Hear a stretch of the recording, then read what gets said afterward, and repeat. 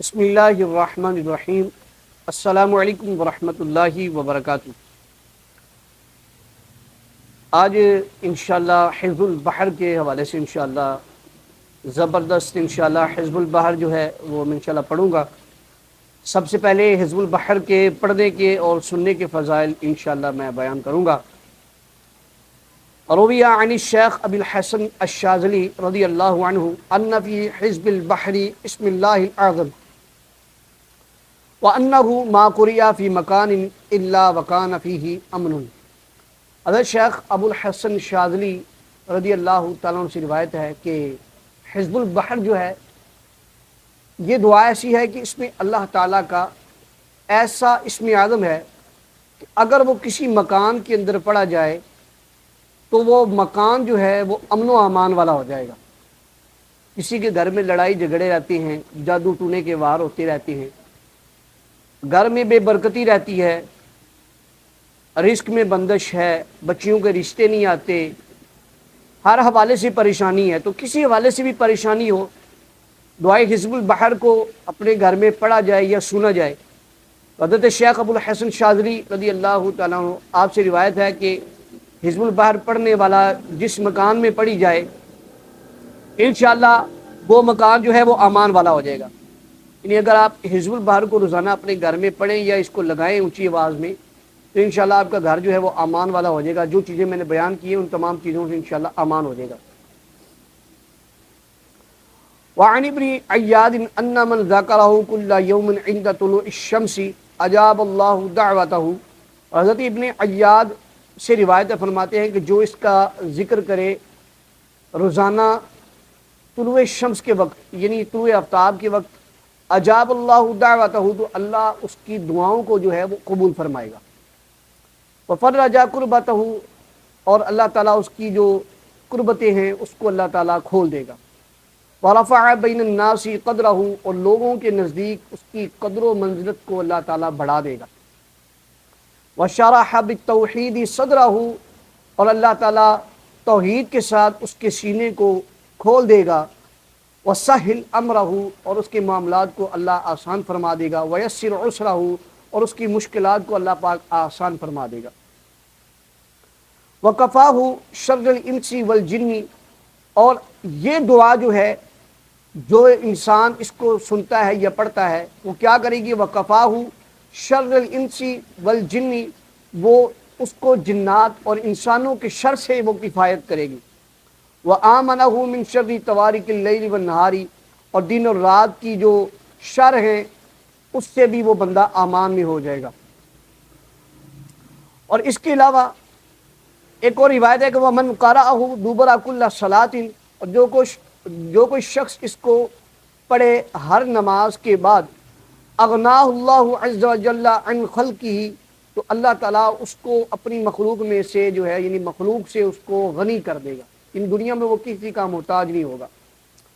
وآمنہ من حوادث دہرہ اور زمانے کے حوادث سے وہ امان میں آ جائے گا۔ ویسر علیہ اسباب السعادت بجمیع حرکاتہ وسکناتہ جمیع حرکات و سکنات میں اس کے لیے سعادت کے جو اسباب ہیں انشاءاللہ وہ آسان ہو جائیں گے۔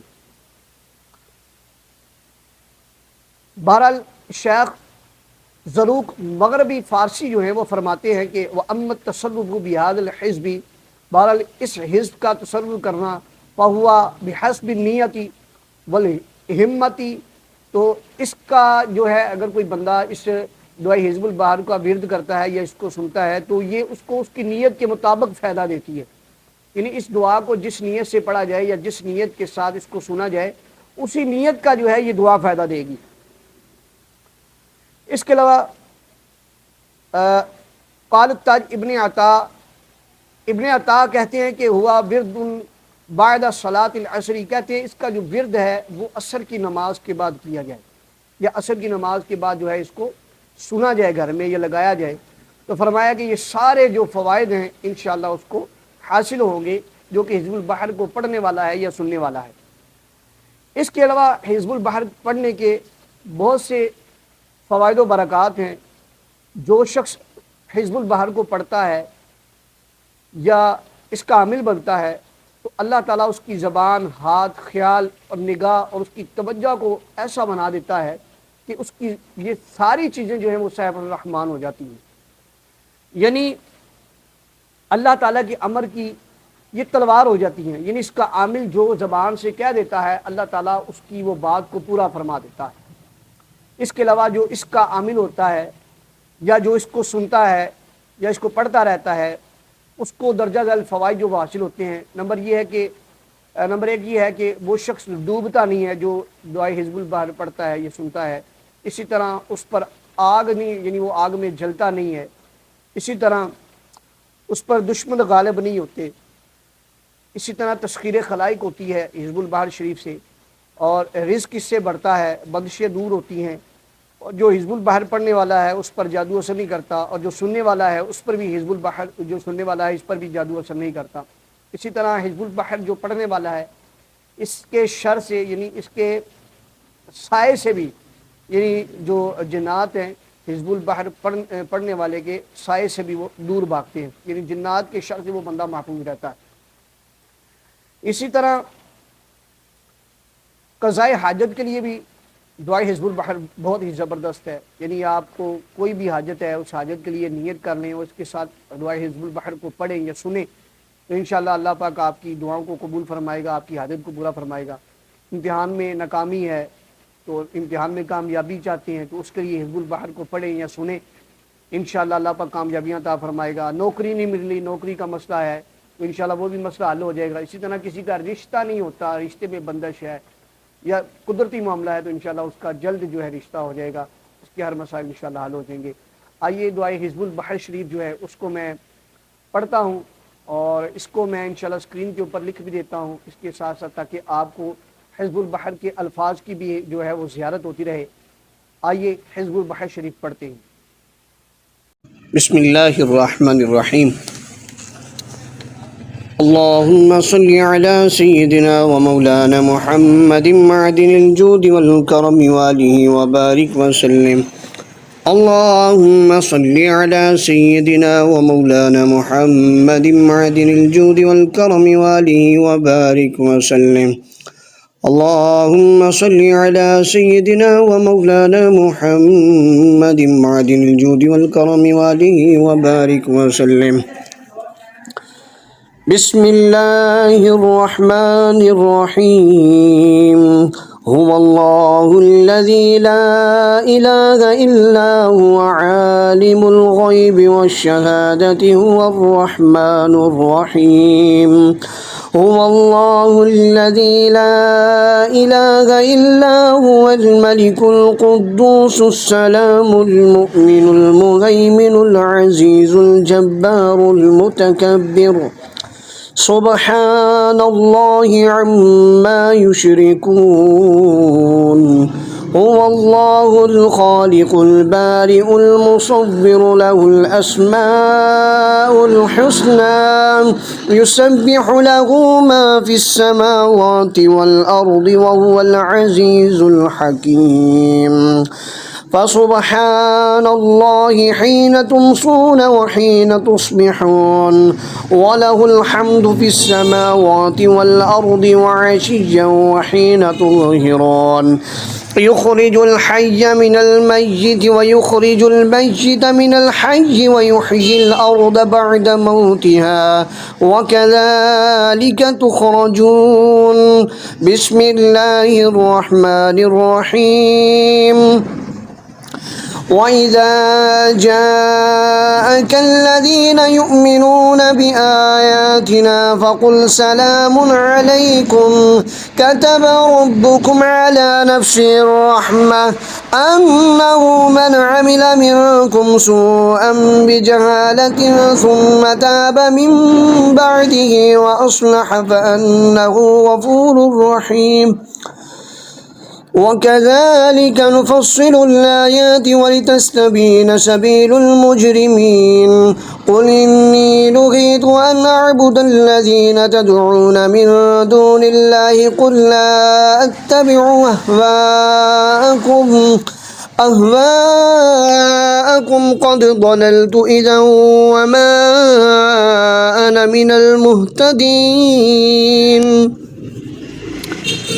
ثم أنزل عليكم من بعد الغم أمنة نعاسا يغشى طائفة منكم وطائفة قد أهمتهم أنفسهم يظنون بالله غير الحق ظن الجاهلية يقولون هل لنا من الأمر من شيء قل إن الأمر كله لله يخفون في أنفسهم ما لا يبدون لك يقولون لو كان لنا من الأمر شيء ما قتلنا هاهنا قل لو كنتم في بيوتكم لبرز الذين كتب عليهم القتل إلى مضاجعهم وليبتلي الله ما في صدوركم وليمحص ما في قلوبكم والله عليم بذات الصدور محمد رسول الله والذين معه أشداء على الكفار رحماء بينهم تراهم ركعا سجدا يبتغون فضلا من الله ورضوانا سيماهم في وجوههم من أثر السجود ذلك مثلهم في التوراة ومثلهم في الإنجيل كزرع أخرج شطأه فآزره فاستغلظ فاستوى على سوقه يعجب الزراع ليغيظ بهم الكفار وعد الله الذين آمنوا وعملوا الصالحات منهم مغفرة وأجرا عظيما بسم الله الرحمن الرحيم به الحول والقوة رب سهل ويسر ولا تعسر علينا يا ميسر كل عسير بحق ألف باء تاء ثاء جيم حاء خاء دال زال راء زاء سين شين صاد ضاد طاء ظاء عين غين فاء قاف كاف لام ميم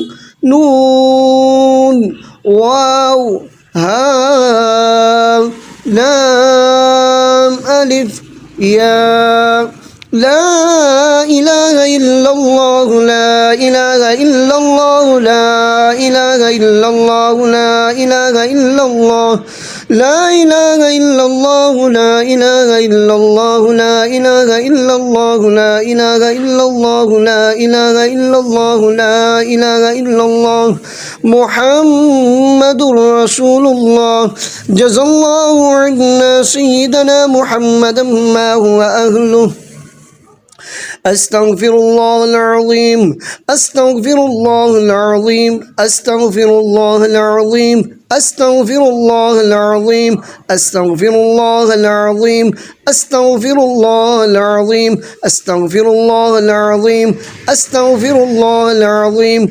أستغفر الله العظيم أستغفر الله العظيم الله أكبر الله أكبر لا إله إلا الله والله أكبر الله أكبر ولله الحمد الله أكبر لا إله إلا الله والله أكبر الله أكبر ولله الحمد الله أكبر الله أكبر لا إله إلا الله والله أكبر الله أكبر ولله الحمد الله أكبر الله أكبر لا إله إلا الله والله أكبر الله أكبر ولله الحمد الله أكبر الله أكبر لا إله إلا الله والله أكبر الله أكبر ولله الحمد الله أكبر الله أكبر لا إله إلا الله والله أكبر الله أكبر ولله الحمد الله أكبر الله أكبر لا إله إلا الله والله أكبر الله أكبر ولله الحمد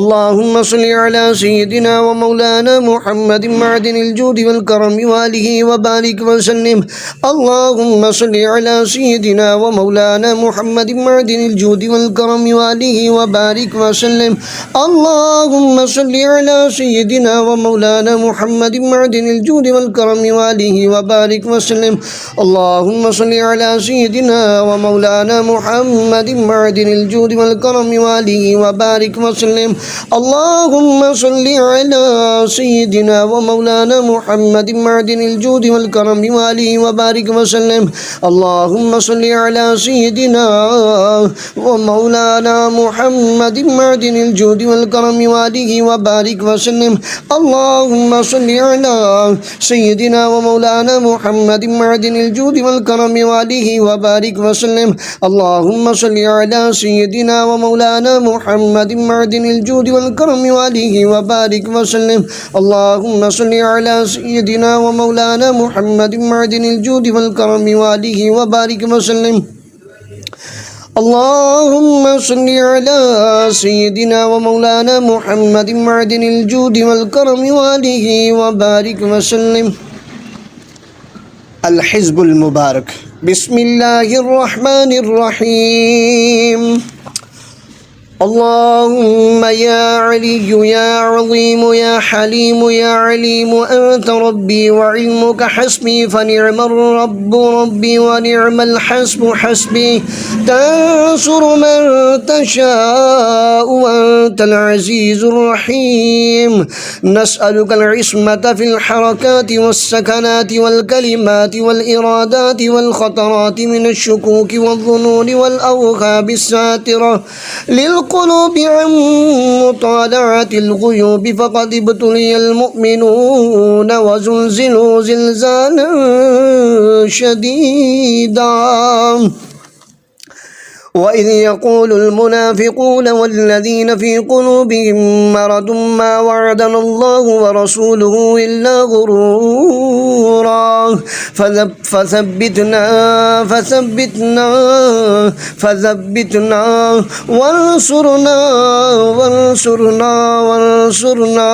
وانصرنا وسخر لنا هذا البحر كما سخرت البحر لموسى عليه السلام وسخرت النار لإبراهيم عليه السلام وسخرت الجبال والحديد لداود عليه السلام وسخرت الريح والشياطين والجن والإنس لسليمان عليه السلام وسخر لنا كل بحر هو لك في الأرض والسماء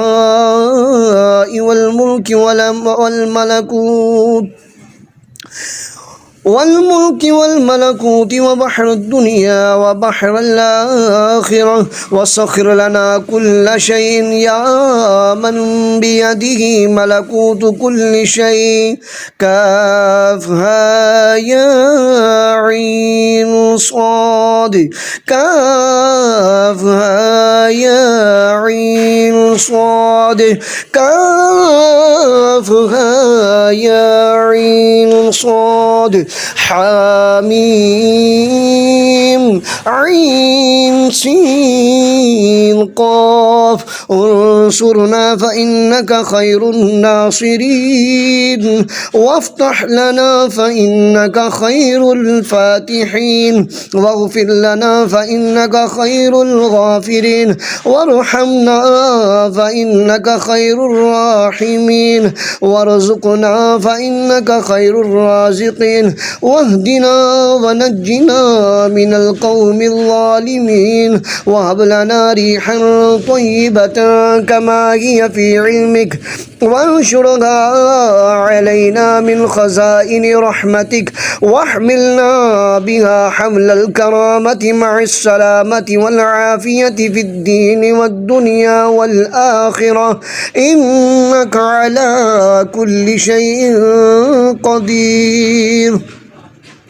اللهم يسر لنا أمورنا مع الراحة لقلوبنا وأبداننا والسلامة والعافية في ديننا ودنيانا وكلنا صاحبا في سفرنا وحضرنا وخليفة في أهلنا وطمس على وجوه أعدائنا وامسخهم على مكانتهم فلا يستطيعون المضي ولا المجيء إلينا ولو نشاء لطمسنا على أعينهم فاستبقوا الصراط فأنى يبصرون ولو نشاء لمسخناهم على مكانتهم فما استطاعوا مضيا ولا يرجعون.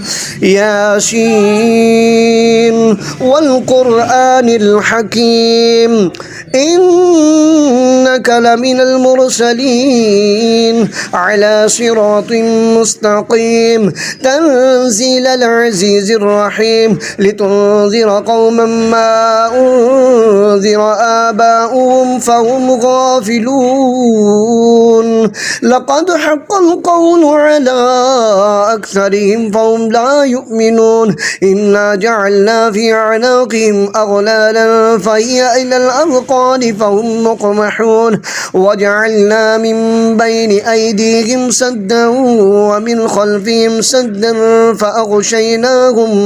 فأغشيناهم فهم لا يبصرون. شاهد الوجوه وعنت الوجوه للحي القيوم وقد خاب من حمل ظلما. طاسين حاميم عين سين قاف مرج البحرين يلتقيان بينهما برزخ لا يبغيان. حاميم حاميم حاميم حاميم حاميم حاميم حاميم حم الأمر وجاء النصر فعلينا لا ينصرون. حاميم تنزيل الكتاب من الله العزيز العليم غافر الذنب وقابل التوب شديد العقاب ذي الطول لا إله إلا هو إليه المصير. بسم الله بابنا تبارك حيطاننا. ياسين سقفنا. كافها يا عين صاد كفايتنا. حميم عين سين قاف حمايتنا. فسيكفيكهم الله وهو السميع العليم. فسيكفيكهم الله وهو السميع العليم. فسيكفيكهم الله وهو السميع العليم. ستر العرش مسبول علينا وعين الله ناظرة إلينا وبحول الله لا يقدر علينا والله من ورائهم محيط. بل هو قرآن مجيد في لوح محفوظ. فالله خير حافظا وهو أرحم الراحمين. فالله خير حافظا وهو أرحم الراحمين. فالله خير حافظا وهو أرحم الراحمين. إن ولي الله الذي نزل الكتاب وهو يتلى الصالحين. إن ولي الله الذي نزل الكتاب وهو يتولى الصالحين. إن ولي الله الذي نزل الكتاب وهو يتولى الصالحين. إن ولي الله الذي نزل الكتاب وهو يتولى الصالحين حسبي الله لا إله إلا هو عليه توكلت وهو رب العرش العظيم حسبي الله لا إله إلا هو عليه توكلت وهو رب العرش العظيم حسبي الله لا إله إلا هو عليه توكلت وهو رب العرش العظيم بسم الله الذي لا يضر مع اسمه شيء في الأرض ولا في السماء وهو السميع العليم بسم الله الذي لا يضر مع اسمه شيء في الأرض ولا في السماء وهو السميع العليم بسم الله الذي لا يضر مع اسمه شيء في الأرض ولا في السماء وهو السميع العليم أعوذ بكلمات الله التامات من شر ما خلق أعوذ بكلمات الله التامات من شر ما خلق أعوذ بكلمات الله التامات من شر ما خلق ولا حول ولا قوة إلا بالله العلي العظيم ولا حول ولا قوة إلا بالله العلي العظيم ولا حول ولا قوة إلا بالله العلي العظيم بسم الله الرحمن الرحيم وصلى الله على سيدنا محمد وعلى آله وصحبه أجمعين وسلم تسليما كثيرا والحمد لله رب العالمین۔ دوستو آپ کا بہت شکریہ، آپ نے دعائے حزب المبارک سنی ہے۔ اللہ پاک آپ کو اس تمام دعا کے مجموع سے اللہ پاک شفائے کاملہ عطا فرمائے۔